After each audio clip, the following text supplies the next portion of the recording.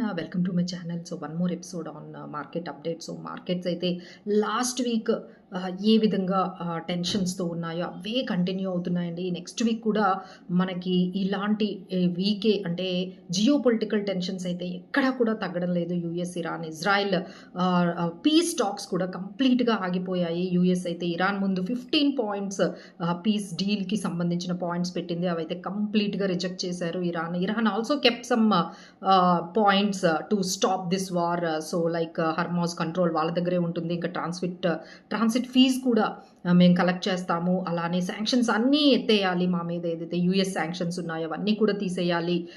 అదే కాకుండా వాళ్ళ తీసుకుంటున్న ఏవైతే డిఫెన్స్ మిజైల్ ఆపరేషన్స్ వాటిల్లో ఇన్వాల్వ్ అవ్వకూడదు. ఇట్లా చాలా వాళ్ళు కూడా ఇరాన్ కూడా చాలా పాయింట్స్ పెట్టిందండి. సో ఎటువైపు చూసినా ఎవరూ కూడా ఈ పీస్ టాక్స్ ముందుకు వెళ్తున్నట్టుగా కనిపించట్లేదు. సో రోడ్ బ్లాక్స్ అయితే అలానే ఉన్నాయి. ఆల్మోస్ట్ 1 month అయింది యుద్ధం స్టార్ట్ అయ్యి. సో మనకైతే ఎస్పెషలీ ఎక్కువగా మన ఇండియాకి కొంచెం చాలా ఇంపాక్ట్ అయితే కనిపిస్తుంది. ఇంకొక 1 month కానీ ఇది కంటిన్యూ అయితే ఇంపాక్ట్ అయితే చాలా ఎక్కువగా ఉండేటట్టుగా కనిపిస్తుంది. ఎందుకంటే ఇప్పటికే క్రూడ్ ఆయిల్ ప్రైజెస్ 95 నుంచి మళ్ళీ 115 వరకు వెళ్ళిపోయే అవకాశాలు కనిపిస్తున్నాయి. 113, 114 ఆల్రెడీ మళ్ళీ పెరిగాయి. సో ఇంకా ఎప్పుడు తగ్గుతాయనే తెలియట్లేదు. ఎందుకంటే ఇరాన్ యూఎస్ పీస్ టాక్స్ ఏమో కానీ బట్ ఇంకా దాడులు అయితే కంప్లీట్గా ఇరాన్ మీద ఇజ్రాయెల్ అండ్ యూఎస్ అటాక్స్ చేస్తున్నాయి. అలానే ఇరాన్ ఏమో గల్ఫ్ కంట్రీస్ మీద మనకి మిజైల్స్ అనేవి కనిపిస్తున్నాయి. దానివల్ల కంప్లీట్గా డిస్ట్రప్షన్ అనేది అంటే ఆయిల్ పెట్రోల్ ఎల్పిజి ఈ గ్యాసెస్ మీద అయితే బాగా మనకి ఇంపాక్ట్ అయితే నెగిటివ్గా కనిపిస్తుంది. అలానే హర్మాజ్ని కూడా వాళ్ళు కంప్లీట్గా వదిలిపెట్టడం లేదు. దాని మీద కంట్రోల్ ఇంకా ఉంది. సో దానివల్ల కూడా ఇంకా సప్లై చైన్ అయితే కంప్లీట్గా ఓపెన్ అవ్వలేదు. So it may take a dent on Indian economy మీద బాగా ఇంపాక్ట్ పడేటట్టుగా కనిపిస్తుంది. రేటింగ్ కంపెనీస్ అయితే ఇండియన్ ఎకానమీ మీద ఆల్మోస్ట్ 6% బిలో జీడిపి వెళ్ళొచ్చు. ఇన్ఫ్లేషన్ చాలా హైగా అయ్యే అవకాశాలు కనిపిస్తున్నాయి. సో దీన్ని కొంచెం ఈ పెట్రోల్ ప్రైజెస్ని పెంచకుండా మనందరికీ ఉంచడానికి గవర్నమెంట్ అయితే కొన్ని స్టెప్స్ తీసుకుంది. ఎక్సైజ్ డ్యూటీని కొంచెం తగ్గించింది. బట్ దీనివల్ల చాలా భారం పడుతుంది గవర్నమెంట్ మీద. దీనివల్ల ఫిజికల్ డెఫిసిట్ అనేది పెరుగుతుంది. సో ఇన్ఫ్లేషన్ అయితే చాలా పెరిగే అవకాశాలు అయితే మనకి కనిపిస్తున్నాయి. ఇంకా అన్నిటికన్నా ఇంపార్టెంట్ ఏంటంటే దీనివల్ల ఇంకా అంటే ఎఫ్ఐఐస్ 1 lakh crore సెల్ చేశారండి మార్చ్లో.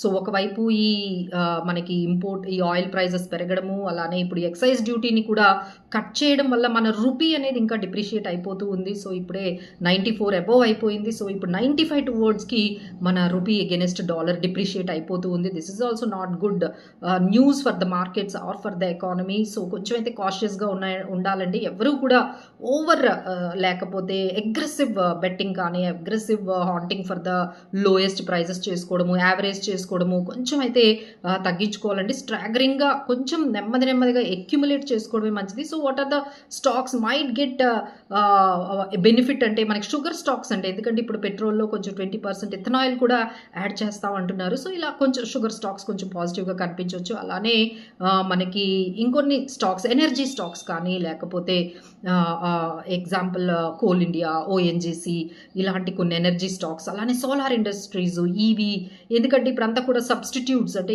పెట్రోల్ అండ్ డీజిల్కి సబ్స్టిట్యూట్ అయినవన్నీ కూడా ఇప్పుడు ఇంప్రూవ్ అయ్యే ఛాన్సెస్ అయితే మనకు కనిపిస్తున్నాయి. అలానే కన్జ్యూమరబుల్ డ్యూరబుల్స్ కూడా అన్ని ప్రైజెస్ పెరిగేటట్టుగా April 1st నుంచి కనిపిస్తున్నాయండి.